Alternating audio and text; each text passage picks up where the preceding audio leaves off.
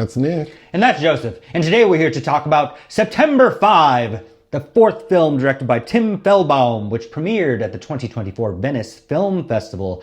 Paramount Pictures is giving it a limited theatrical release on December 13th, 2024, before it will expand on January 17th, 2025. Do you know this director's other films? I do not. He's a Swiss director. His last two features seem to be post-apocalyptic genre films and with titles like Hell and The Colony, aka Tides. So this seems to be quite a change of pace for Mr. Fehlbaum. What is September 5 about? During the 1972 Summer Olympics in Munich, Germany, an American sports broadcasting team must adapt to live coverage as Israeli athletes are being held hostage by a terrorist group. What is your pull quote?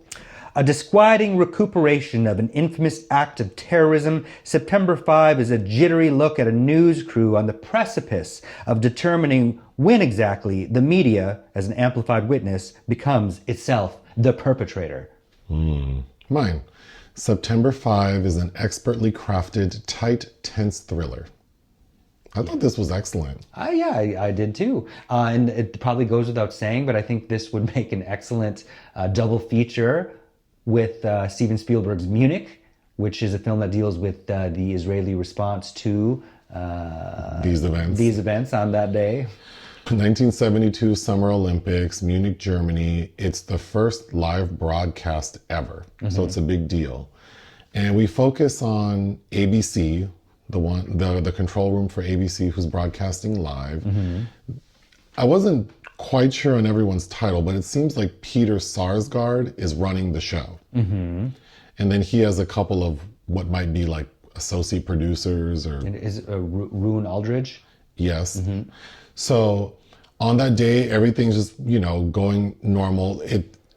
We see the night shift come in because they're doing 24-hour coverage. So everything's going smoothly. Peter Sarsgaard is like, just make sure you keep it going smoothly. I'll be back in the morning. Of course, they're just covering sports. But, I mean, everything ramps up very quickly because all of a sudden, a couple of the people working in the control room hear gunshots. And then all of a sudden, people are saying that they're hearing gunshots. Do you hear that? And then immediately we find out that some people who are being called terrorists have taken 11 Israeli athletes, well, a combination of athletes, trainers, and so on, hostage. And then it becomes, how do we, as this live TV crew, want to cover this? And it turns out that they are quite a bit of a hindrance because the televisions that were provided to the athletes and because they're in Olympic Village, so all these athletes have apartments, they were all given color televisions that are broadcasting all channels. Internationally. So like not everyone in Germany per se can see the live broadcast of ABC News because it's really meant for US or anyone who has access to ABC. But these rooms have it. So the terrorists can see what's going on outside, primarily that German police are trying to be covert in entering the building. So of course that all backfires. We see a negotiator trying to figure things out. We learn very quickly that the terrorists are looking to leave Olympic Village, get to an airport to board a plane to Cairo, but they want to take the hostages with them. And their goal is that they want to exchange these Israeli hostages for Palestinians. 200 Palestinian prisoners. And if they don't get what they want, they're going to kill a hostage every hour, starting in like 3 or 4 hours. And they don't quite make good on that promise, but... No, but they do get to the airport, and we can discuss the details, but it's pandemonium by the airport because everything's being... It reminded me of O.J. Simpson and the White Bronco, how it was being broadcast live, so you have all these assholes like hanging out on the freeway overpasses. Getting in the way. So because this is being broadcast live and they're saying like, oh, the hostages are going to this like military airport, the roads are blocked with reporters and looky-loos. Yeah, the police tanks can't get through. Right. So it's pandemonium, but we get word that the hostages were released. And so, of course, the control room is like, oh my gosh, we have to be the first to report this. But one of the producers is saying, no, we need like confirmation from more than one source. And that's Ben Chaplin playing Marvin Batter. But the other gentleman, the actor, what's his name? John Magaro is the lead playing Jeff Mason. Yes. Jeff. He's like, well, I think we should go with it. And he calls the big boss, Peter Sarsgaard, and he's like, yeah, girl, run with it. And he does. Well, with the caveat of you use the word as we're hearing. Yes. And Peter Jennings is the one reporting. And so they instruct him, as you said, to speculate that it's not fully confirmed. But it's not Peter Jennings reporting that. He's not live on air. That's it's the other guy. Jim Yes. McBride. But they report it and everyone runs with it. And of course, the other producer comes in like, I can't believe you did this. Like, what did you do? And then all of a sudden they get a wire saying it's confirmed. The hostages are all freed. Mm-hmm. But the gag is everyone's confirming off of ABC News confirming. Mm-hmm. So it's like a positive feedback loop of lies because misinformation. It wasn't malicious. You're right. They're not lies per se, but it's misinformation. Reckless misinformation. Yes. Which is unfortunate because everyone is relieved, obviously, when all of a sudden they hear word back from ABC News has this control room in the Olympic Village in Munich, Germany, and there's only one person who speaks German. My favorite character. Oh yeah, Marianne Gebhardt, played by Leonie Benesch. She's my favorite part too. She had been sent with a cameraman and a sound guy to go to the airport because she could only speak German, so she goes out there. And so after everything has calmed down, she calls back like, there's a whole bunch of like gunfire out here. I don't think those hostages are okay. And so now everyone's panicking, like we've just confirmed to the world that all the hostages are safe. And then Marianne calls back like, yep, I just confirmed that everyone is dead. All 11 Israeli hostages, 5 terrorists, 1 German police officer. Mm-hmm. And so it ends on a very sad note. But Peter Sarsgaard is the boss, who's kind of he's hell on wheels. Like the other thing is it's ABC Sports reporting, not news. Mm-hmm. So it's Peter Sarsgaard's character he's kind of commandeered the story. Yeah. Yes. He's saying we should cover it because it's sports. It's happening at the Olympics. We're going to do it. He does commandeer it.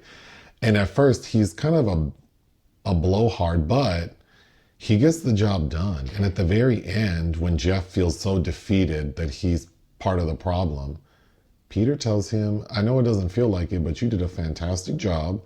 You're basically getting a promotion. You're going to cover the commemoration in the morning. Mm-hmm. It's already morning, but you're going to cover the commemoration on your own. Like, great job. The end. Basically. 900 million people watched that live broadcast. They said more than watched Neil Armstrong. Yeah. Comments. I loosely recall, I wasn't alive at that time, but I recall hearing, maybe like in school, like in grade school, hearing about that. And I definitely felt...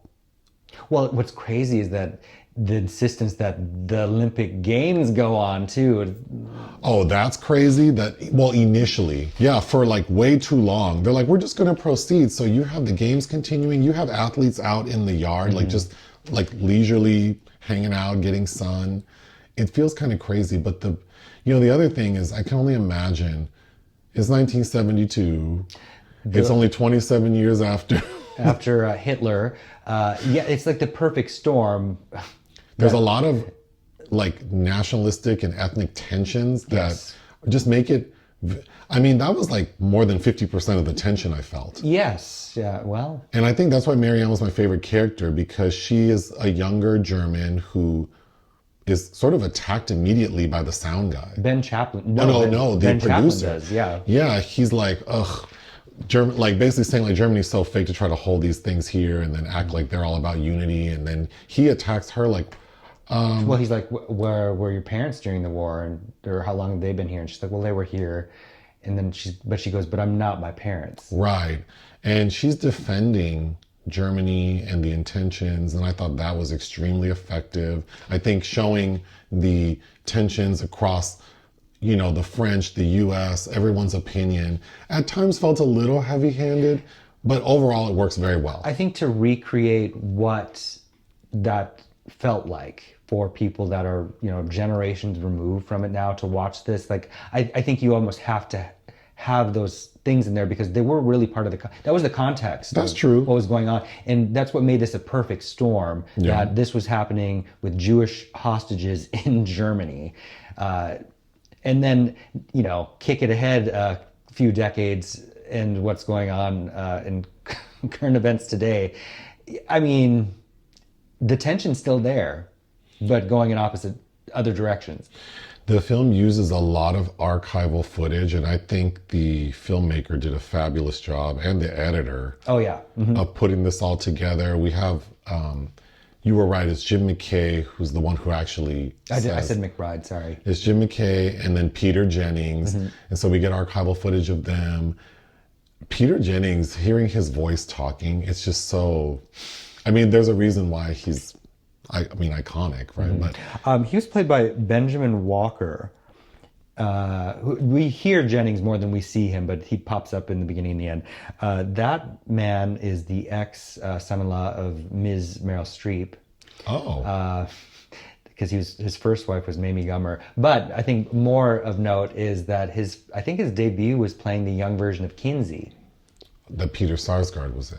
Yes, for which he was Oscar nominated for, yeah. But I have to say, I think the real star of the anchors is Jim McKay. Because watching him just keep his cool and... I mean, it's really impressive to watch.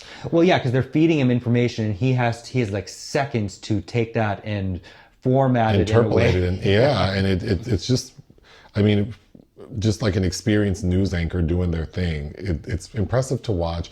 It was really creepy to see the terrorists. Like, we get a lot of footage of them looking out the windows and just knowing that this is based on reality and that some of what we're seeing is the actual footage. Well, and that we're on this new frontier and that these seasoned and unseasoned people in this news crew are kind of learning as they go with the epiphany of like, oh, they can see what we're seeing, because this was at a new frontier of journalism.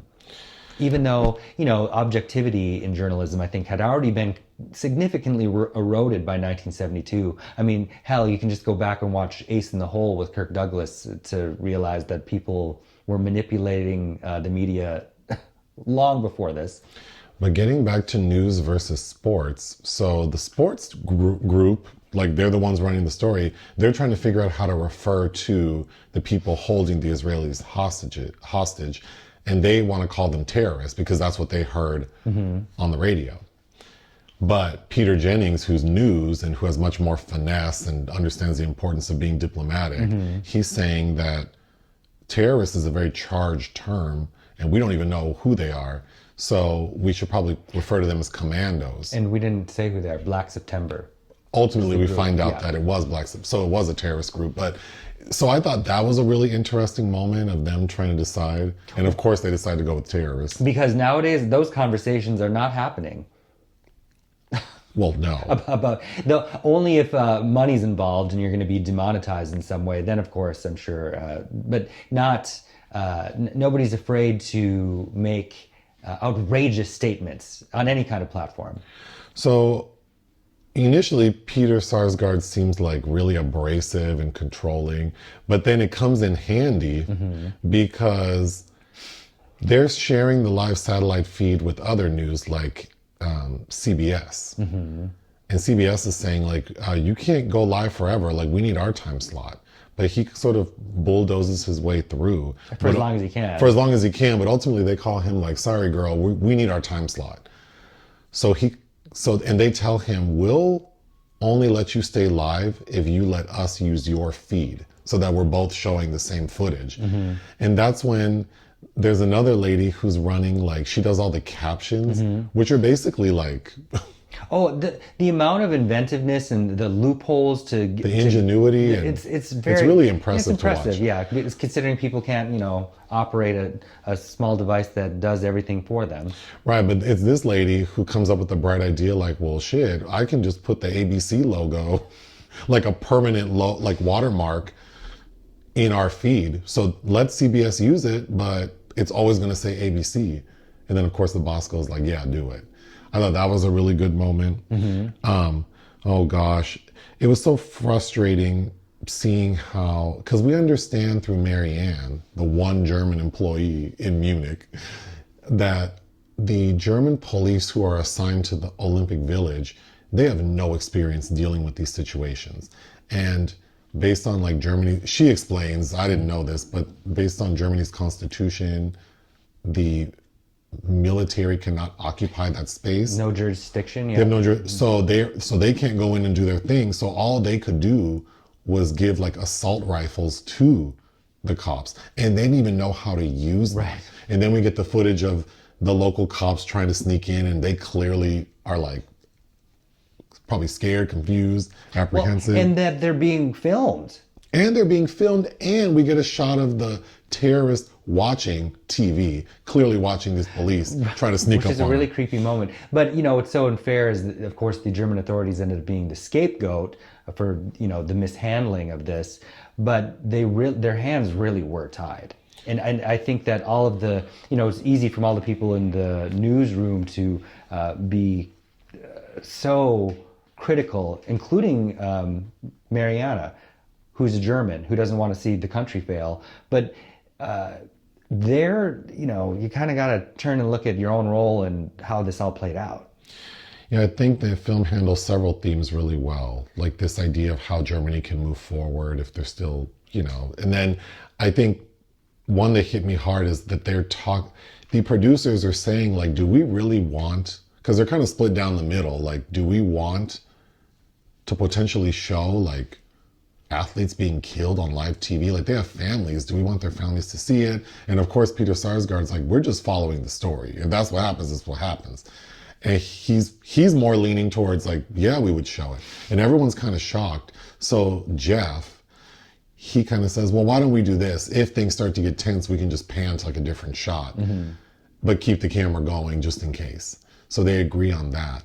But a touching moment is there's an American David Berger, who had, I guess, is like an expat to Israel. So he was part of the Israeli team, but his family's in Ohio. And so we see an interview of David Berger's dad, and he says, because they ask him, have any like state departments reached out to you to give you updates? And he's like, no, all of the information we have is from the news. Right. So it's like a double-edged sword, even in modern day. Well, and we were talking about this afterwards. In modern day, you get news faster from social media. But then how reliable is it? But then it's like, well, this is supposed to be reliable. And they reported that all these hostages survived and escaped when in fact they will have been killed. There's always a significant margin of error when humans are involved in any way. But yeah, I mean, you know, clearly if it bleeds, it leads. Well, that was before people were saying it, but that's... I was very impressed by this film. I'd be happy to watch this director's next film. Oh, and Leonie Benesch, if you haven't checked her out. I haven't watched Babylon Berlin, but she's excellent in a film from last year called The Teacher's Lounge, which I believe was Germany's submission for Best International Feature. But that's something to catch up on if you haven't seen it. But she kind of reminds me a little bit of Mia Wasikowska, which I like. But what would you give September 5? 4. I would give it 4 out of 5. I thought it was excellent. Join us on Patreon and listen to our podcast. Bye.